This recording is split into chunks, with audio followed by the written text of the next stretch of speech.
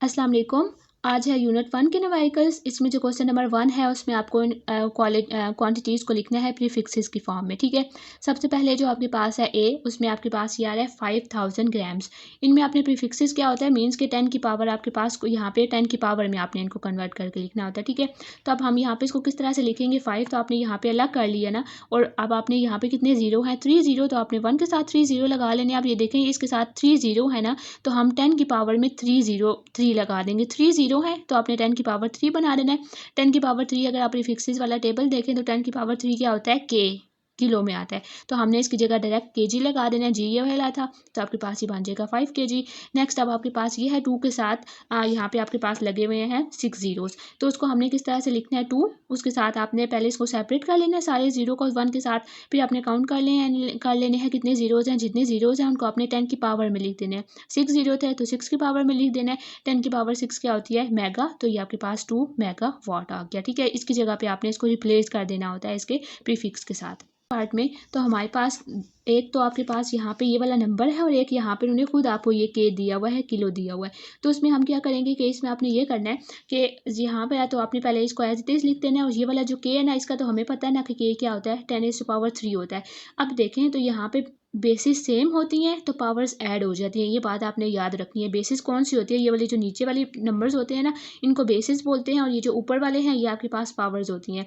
तो अगर आपके पास बेसिस सेम है तो पावर्स को आप ऐड कर देते हैं। बेसिस सेम है ना, तो आपने बेस को एक मरतबा लिखना है, इनकी जो पावर्स हैं उनको ऐड कर लें। -10 + 3, -10 + 3 क्या होता है, -7 ग्राम्स। अब देखिए -7 अगर आप वहाँ पर फिक्स के टेबल में देखें तो वहाँ पे -7 कोई भी पावर नहीं होती, -7 नहीं होती। तो इसके लिए हम क्या कर सकते हैं कि हम यहाँ पे इसमें से एक पॉइंट मजीद इसको पीछे ले जाके -6 कर सकते हैं। वो हम कैसे करेंगे कि देखिए ये आपके पास 52 × 10⁻⁻7 है ना, 52 है, तो इट्स मीन कि हमेशा नंबर का डेसिमल कहाँ होता है, इसके एंड में होता है। तो अभी हम चाह रहे हैं कि हमारे पास यहाँ पे एक और आ जाए ताकि हम वो प्रीफिक्स उसको बना सकें।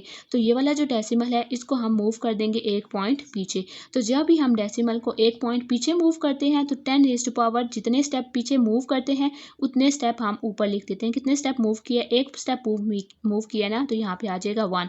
और अगर आप उसको लेफ्ट साइड पे मूव करते हैं तो वो पॉजिटिव आ जाता है। ठीक है, तो अगर आपने डेसिमल को लेफ्ट साइड पे मूव किया तो 10 की पावर प्लस हो जाएगी, जितने स्टेप मूव किया उतने नंबर्स आपने ऊपर लिख देने हैं। एक नंबर मूव किया तो यहाँ पे आ गया +1, तो वो हमने यहाँ पे लिख दिया 5.2 × 10⁻1, और ये वाला जो 7 था ये एज इट इज आ गया। अगेन देखें तो इनकी बेसिस सेम है तो आपने इनकी पावर्स को ऐड कर लेना है। पावर ऐड कैसे हो जाएगी, वो वाला 1 है और ये वाला 7 है, या आप बेशक किस तरह से कर लें, -7 और +1। तो -7 + 1 जब हम करेंगे तो हमारे पास क्या आ जाएगा, -6। अब ये -6 आपके पास क्या होती है, माइक्रो, तो -6 की जगह पे हमने साइन लगा देना है माइक्रोग्राम्स का। ठीक है, नेक्स्ट पे ये डी वाला है, डी वाले में देखें तो हमारे पास है 10⁻⁻8, लेकिन आपके पास -8 भी कोई नहीं होता। तो इसमें हम क्या करेंगे कि ये आपके पास डेसिमल अगेन उसी तरह से देखेंगे, 2 to 5 है ना हमारे पास, डेसिमल यहाँ पे होता है, तो हमने इसको 2 स्टेप पीछे मूव कर देना है। कितने स्टेप पीछे मूव किया, 2, तो 10⁻² हो जाएगा, और साइन कौन सा आ गया, प्लस, क्योंकि हमने इसको लेफ्ट साइड पे मूव किया।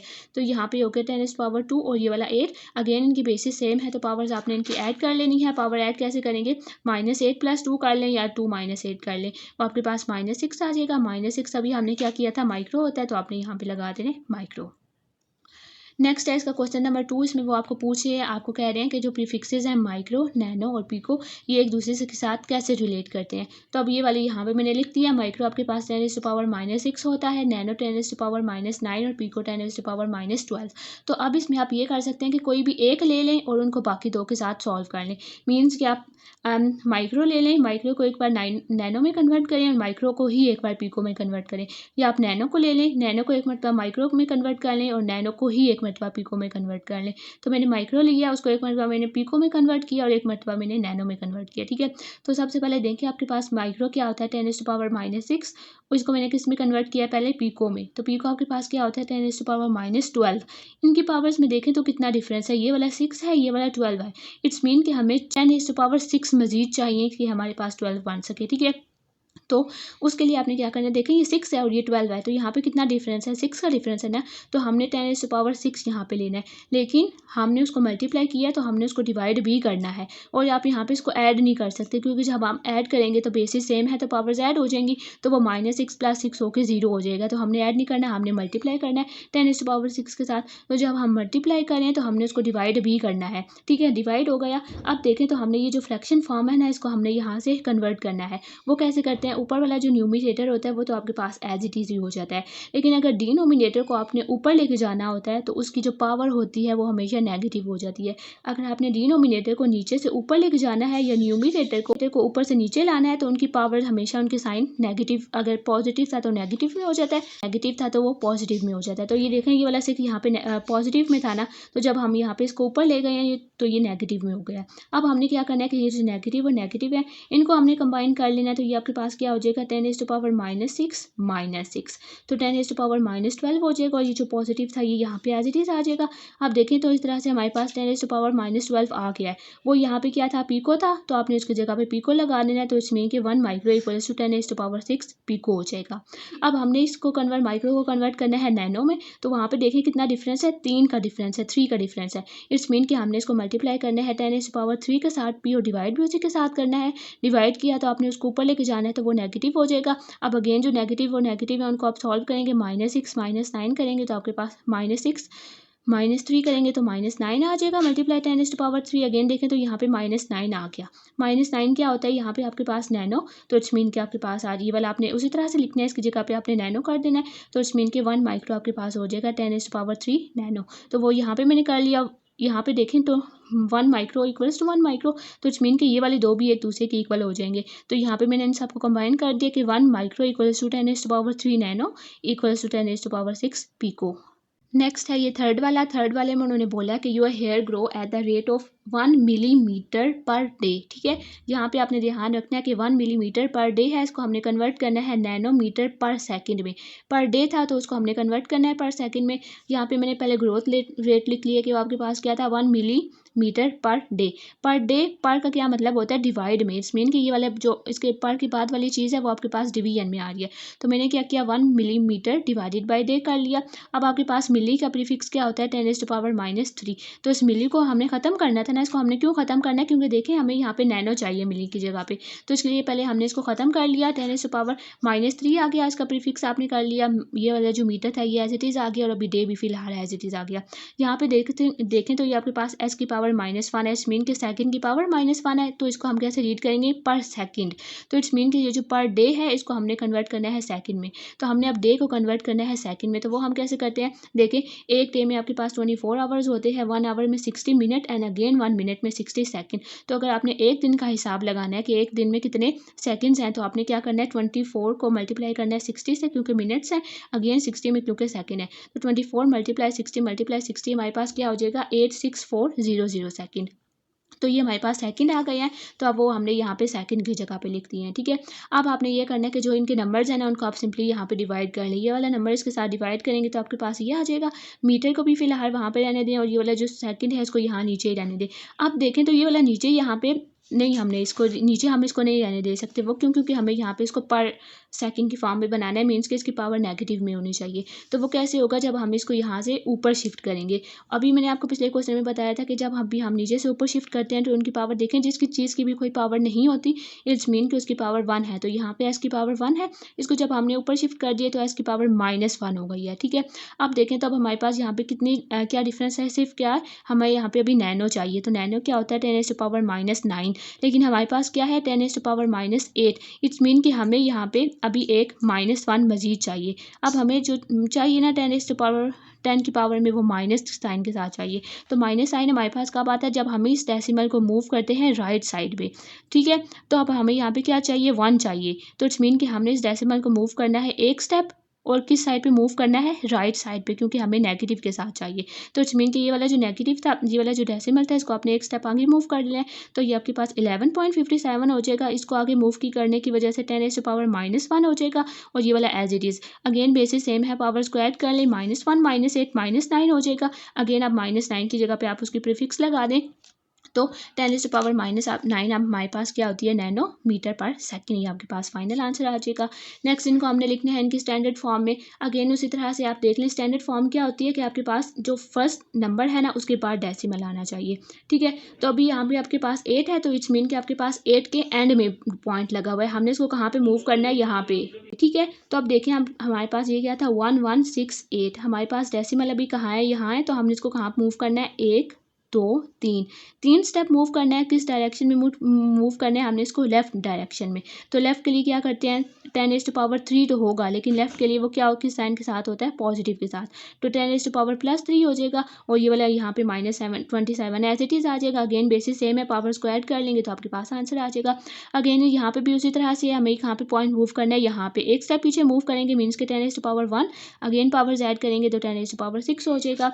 अगेन आप देखें यहाँ पे आपके पास 3 डिजिट्स हैं, तो हमने कितने पॉइंट मूव करना है, 1 और 2 पॉइंट्स मूव करना होगा। तो आपके पास यहाँ पे 10⁻2 हो जाएगा, मल्टीप्लाई 10⁻⁻5, और ये के भी था, तो के की प्रीफिक्स क्या होती है, किलो की 10⁻3, तो वो भी आपने यहाँ पे लगा दी। तो आप देखें आपके पास ये 3 हो गए हैं, तीनों की बेसिस सेम है, तो तीनों की पावर्स को आपने ऐड कर लेना है। 2 - 5 + 3, इनको जब आप ऐड करेंगे तो हमारे पास इनकी जो देखें 2 - 5 करेंगे तो क्या आ जाएगा, -3, उसमें +3 ऐड करेंगे तो 0 आ जाएगा। इट्स मीन कि 10⁻0 हो गया है। तो किसी भी चीज़ की, किसी भी नंबर की जब पावर 0 होती है तो इट्स मीन कि वो किसके इक्वल आपने करना होता है, हमेशा 1 की।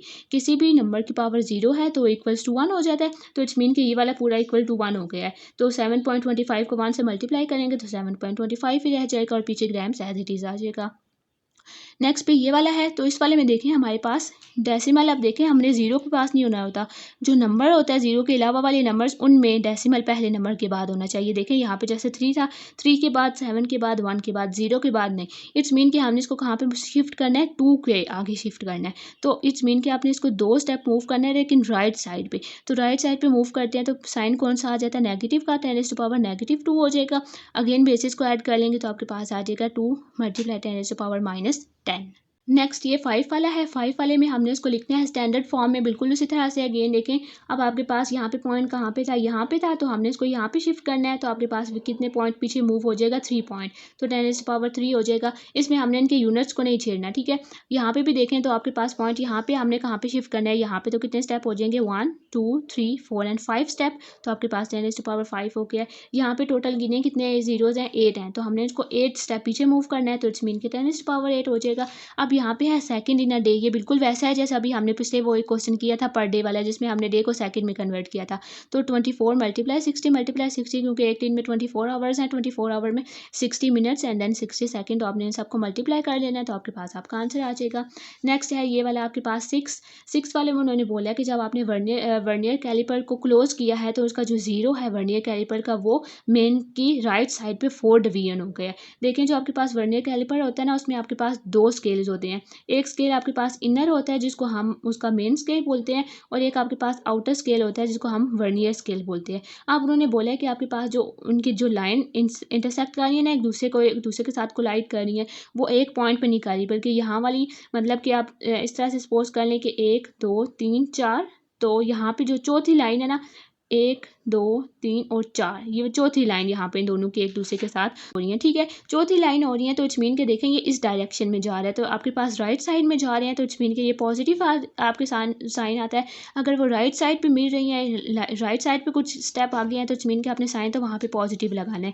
लेकिन अब वो हैं कितने साइन, यहाँ पे देखें क्या उन्होंने बताया 4, और आपके पास जो स्केल होता है वो हम कितना लेते हैं, 0.01 उसके ऊपर उसकी रीडिंग के अकॉर्डिंग होता है। तो अब वो कितने टाइम्स है, 4 है, तो मीन्स कि आपने 4 को मल्टीप्लाई 0.01 कर लेना है, तो आपके पास क्या हो जाएगा, 0.04 सेंटीमीटर। इट्स मीन कि आपके पास जो एरर है वो किस लाइन पे आ रहा है, 4 लाइन्स पे आ रहा है, तो उसको आपने किस तरह से लिखना है, 0.04, और साथ में साइन कौन सा आएगा, प्लस का, क्योंकि वो राइट साइड पे जा रहा है। तो अब हमने करेक्शन करनी है, तो प्लस हो रहा है ना, तो इट्स मीन कि हमने इतना माइनस करना है, तब हमारे पास एरर जो है वो 0 हो जाएगा। तो प्लस में था, इट्स मीन कि आपने उसको इतने ही पॉइंट माइनस कर देना है। नेक्स्ट है ये वाला फिर सेवन में उन्होंने आपको बोला है कि जो स्क्रू गेज है उसमें 50 डिवीजन है और जो पिच है वो 0.5 मिलीमीटर है। हमें बताना है लीस्ट काउंट। तो लीस्ट काउंट के लिए हमारे पास जो फार्मूला है वो होता है pitch divided by number of division. Pitch आपके पास क्या है 0.5, डिवीजन कितनी है 50, तो आपने दोनों को डिवाइड कर लेना, आपके पास 0.01 आ जाएगा। नेक्स्ट 8 वाले में उन्होंने बोला कि इसमें से कौन सी क्वांटिटीज़ हैं जिनमें 3 सिग्निफिकेंट फिगर हैं। अब देखें सिग्निफिकेंट फिगर क्या होती हैं, मीन्स के जो आपके पास एक्सेप्टेबल होती हैं। फर्स्ट वाले में देखें तो आपके पास 1 2 3 4 5 है। अगले वाले में देखें तो ये जो हम स्टार्टिंग के जीरोज़ होते हैं ना, इनको हम इंक्लूड नहीं करते अपनी सिग्निफिकेंट फिगर में, तो हमने ये वाले नहीं इंक्लूड करने, हमने सिर्फ यहाँ से काउंट करनी है। तो 1 2 3 हो गई।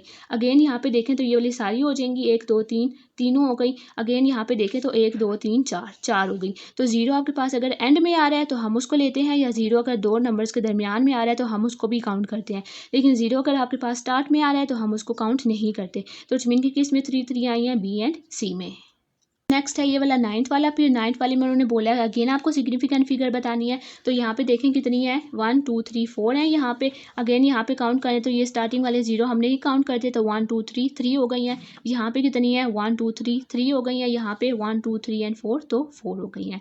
नेक्स्ट अब उन्होंने बोला है आपको एक चॉकलेट रैपर है, उसकी उन्होंने लेंथ भी दी है, विड्थ भी दी है, आपको उसका एरिया फाइंड करना है, देन आपने उसको सिग्निफिकेंट फिगर में लिखना है। तो अब देखेंगे आपके पास किस तरह से होगा, इस तरह से रेक्टेंगल होगा ना, तो उसका एरिया क्या होता है, लेंथ मल्टीप्लाई विड्थ। लेंथ आपके पास कितनी है 6.7, विड्थ कितनी है 5.4, दोनों को मल्टीप्लाई करेंगे तो एरिया आ जाएगा।